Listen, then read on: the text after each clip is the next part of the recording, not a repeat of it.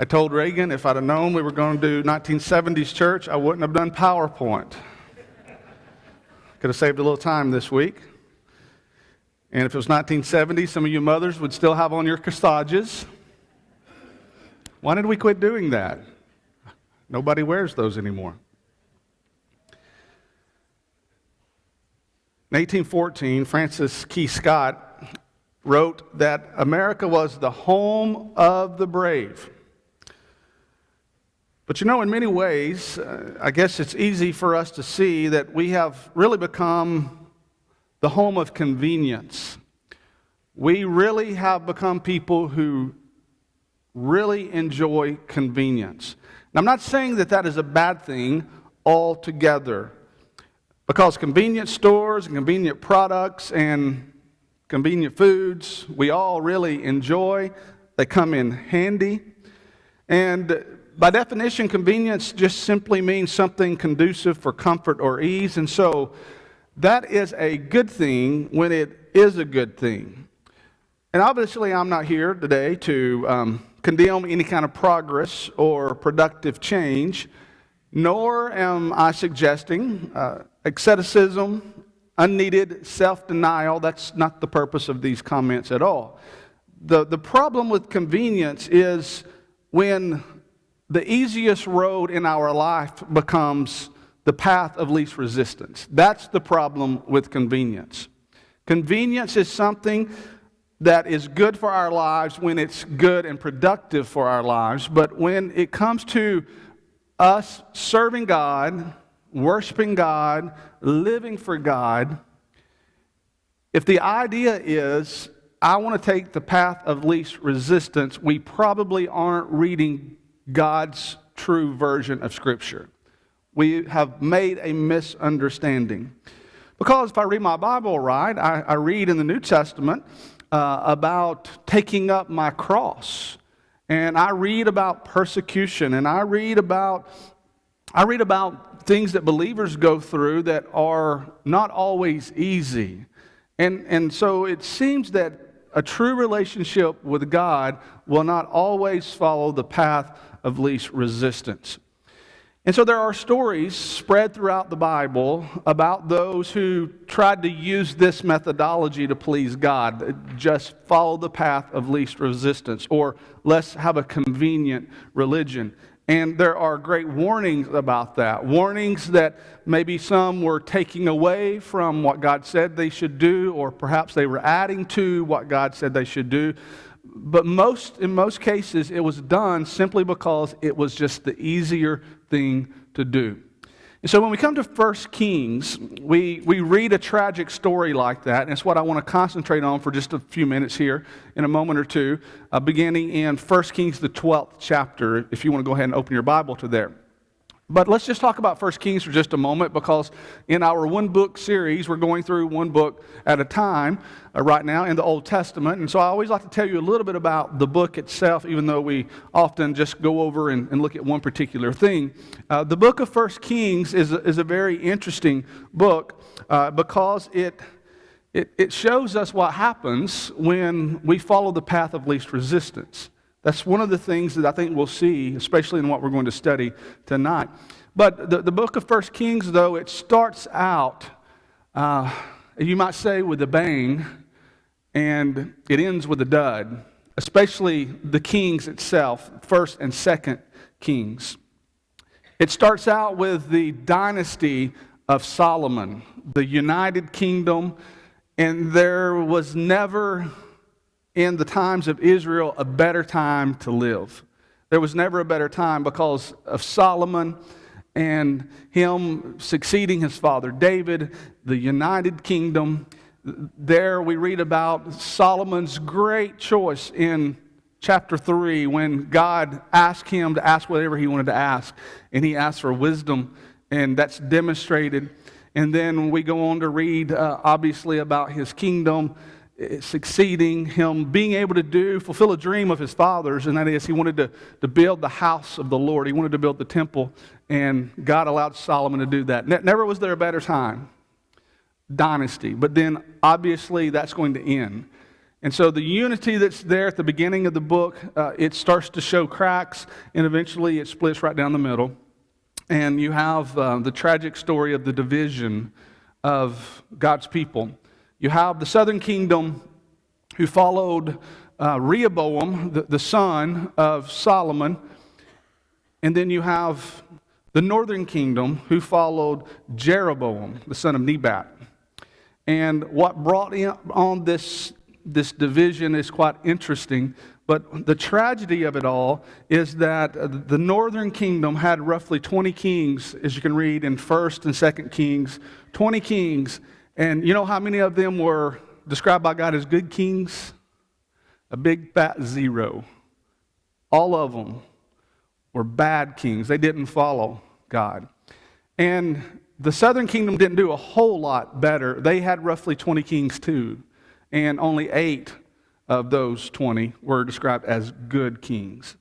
So that's just a little bit about 1 Kings, what we see developing in 1 Kings. But you come to chapter 12 and you read about the succession from Solomon to Rehoboam. And Rehoboam makes a tragic but classic mistake, because what he does is he surrounds himself with advisors, and the people had come to him and they basically said, your father taxed us to death. He made it difficult on us, and so why don't you think about easing this burden?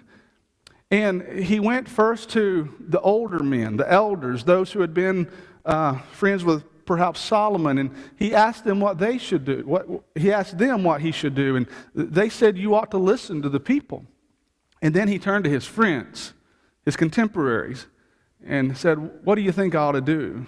And they said, you ought to really bear down on the people. And that's exactly what he did, and that is the story you read in the first several verses of 1 Kings chapter 12, where we're going to study tonight. And eventually, when the people come back to hear the verdict of this decision, and he tells them, I'm going to make it difficult on you. When he says something to the nature of, my little finger shall be thicker than my father's waist. In other words, you think you had it bad with my father, you just wait to see what's going to happen with me. When the people heard that, they rebelled. And they sought to have another leader, and this is where Jeroboam, son of Nebat, comes into play, and this is when the kingdom divides. Now, when the kingdom divides is where I want us to put down a marker and study a little bit tonight. This story is really a story about what happens when you allow convenience to dictate what you do in religion. And so I want us to look at the story beginning in verse 25 of 1 Kings chapter 12. It says, then Jeroboam built Shechem in the mountains of Ephraim and dwelt there. And also he went out from there and he built Penuel. And Jeroboam said in his heart, now the kingdom may return to the house of David. If these people go up to offer sacrifices in the house of the Lord at Jerusalem, then the heart of this people will turn back to their lord Rehoboam, king of Judah. And they will kill me and go back to Rehoboam, the king of Judah. Therefore, the king asked advice, made 2 calves of gold, and said to the people, it is too much for you to go up to Jerusalem. Here are your gods. He says, these are the gods, Israel, which brought you up from the land of Egypt. And he set up one in Bethel, and the other he put in Dan. Now this thing became a sin, for the people went to worship before the one as far as Dan.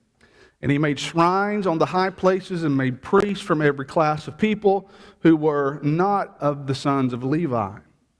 Jeroboam ordained a feast on the 15th day of the 8th month, like the feast that was in Judah, and offered sacrifices on the altar.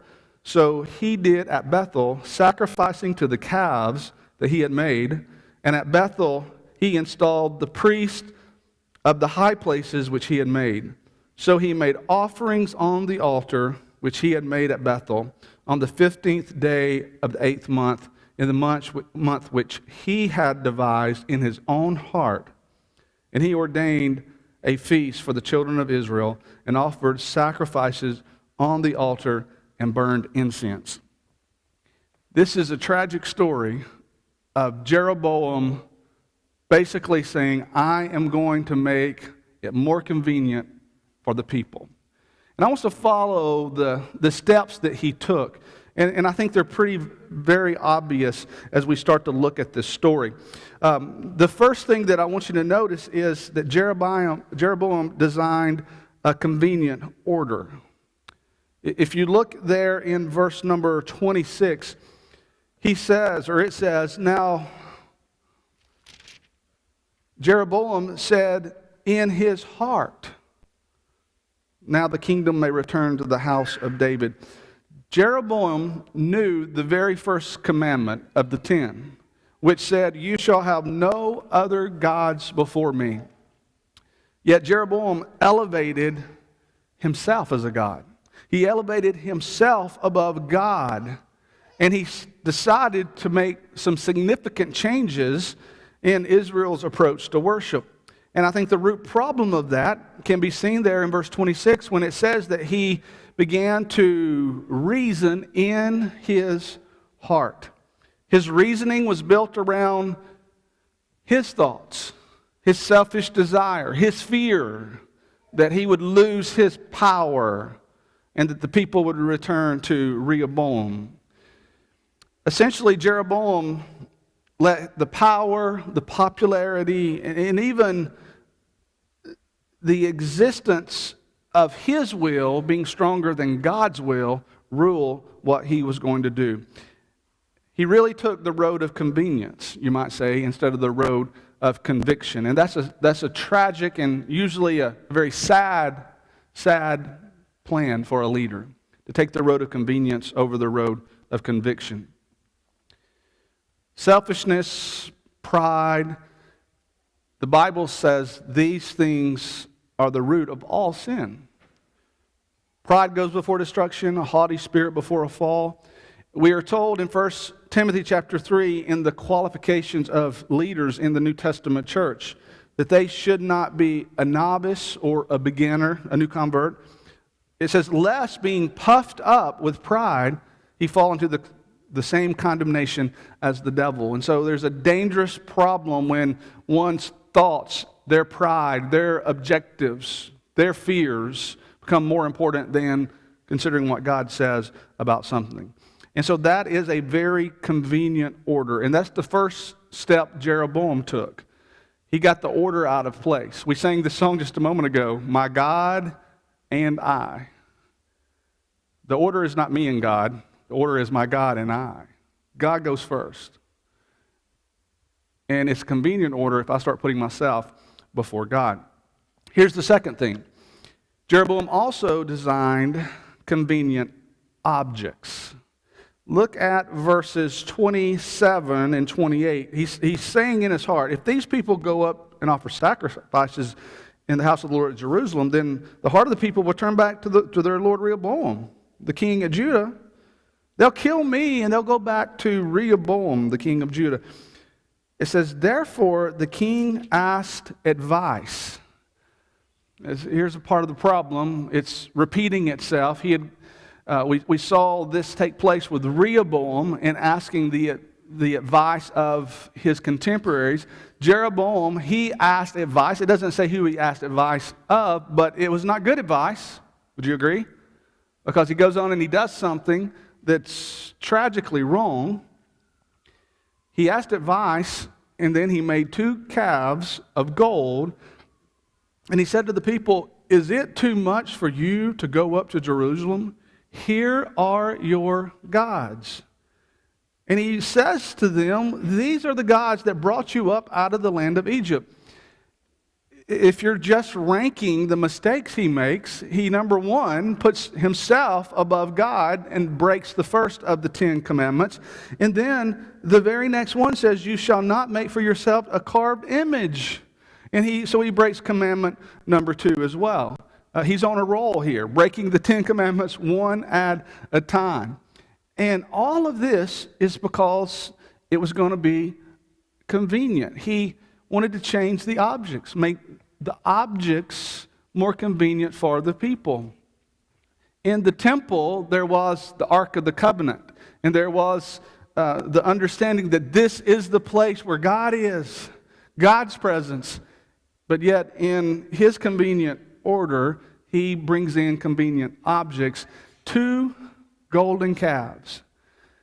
And he virtually quotes exactly what is said in Exodus chapter 32, when this happened at the base of Mount Sinai, when they made the golden calves then. And it said, these are the gods that brought you up out of bondage from Egypt. And that's exactly what Jeroboam says here. Here are your gods, O Israel, which brought you up from the land of Egypt. There's another mistake he makes. As we keep going, we can see he also designed a convenient option. So if you look at verses 29 and 30, it says that he set one of these places of worship up, one of these golden calves, up at Bethel, and the other he put in Dan. And I think it's tragic, but it's so plain and obvious to see what the inspired writer describes this as being. He says, now, this thing became a sin for the people. The option was, it's too difficult, it's going to take too much time, you shouldn't have to put out this much effort to go up to Jerusalem, and that was really a lie, because what he really didn't want them to do is go back to Jerusalem and perhaps get enticed to see the error of their way. So he offered to them this very convenient option. Don't do worship like God told us to do it. Do it like I'm giving you the convenient option to do it. It won't take as long. It'll be easier. Go to Bethel or go to Dan and just make your offering to these idols that I am giving to you. So easy, but yet it's following in this same pattern. And then there's one other mistake that he makes. If you'll keep on going, you can see that he also designed a convenient organization. Now, let's pick up reading in verse 31 and go to the end of the chapter. It says he made shrines on the high places and made priests from every class of people who were not of the sons of Levi. We'll just stop right there. That's good enough. You get the picture. The organizational aspect of true worship was they were to do the worship in the priesthood through the sons of Levi. And his organization said, we'll make that just more convenient. And so he made it from the class of people, the ordinary class of people. And not only that, he said, I know you're aware that there is this feast of the tabernacles that we're commanded in the law. Leviticus chapter 23, verses 23 and 24, I believe, where we read about God's command for observing the feast of the tabernacles. And so it was about this time, and Jeroboam says, I know you know about that, but I'm going to organize my own feast. And, I think it's really interesting that it says that he made the offerings on the altar. Jeroboam himself elevated himself to doing the work of a priest. And, of course, he did this, according to verse 33, based on the plans that he devised in his own heart. So this is the pattern. He offers these convenient things, but all along it's in his heart for him to protect himself, his power, his clout, his kingship. And he makes this mistake of saying, I know you know what God says to do, but here I'm giving you these convenient opportunities. You can kind of follow the mistakes that he makes here. In summing this up, you can see that, first of all, he had a bad attitude. His attitude was, I am more important than God. I'm going to do what I want to do, and I'm going to do that above the will of God. First mistake, bad attitude. Second mistake, bad advice. He sought bad advice. He sought advice, and right after he sought that advice, he built these two golden calves. Third thing, he made a bad alternative. He gave them an alternative to going to Jerusalem when he says, I'll make this convenient enough for you. You can go to Dan or you can go to Bethel. A bad alternative. And then eventually, bad authority. His own authority. And he totally changed the religious structure of authority in Israel. He is the first in the line of those 20 kings in Israel, and he set the tone. He set the standard. And amazingly, if you read the stories, it seemed that they just got worse and worse and worse. Hard to believe, but this was how it began. And it began because of convenience and pride and selfishness. I hope we can learn a lesson from that. I hope we can learn to respect what God says. In a lot of ways, I want you to think about this as we close our lesson. In a lot of ways, some of the problems, even the temptations that the people had in those days about religion, some of those things have been taken away because the religion of Jesus Christ is so much simpler than all of the things that they were given, the minute details that you read about in the Old Testament. And it's not to say that we don't have things to observe and do and follow and scriptural ways to worship. We do.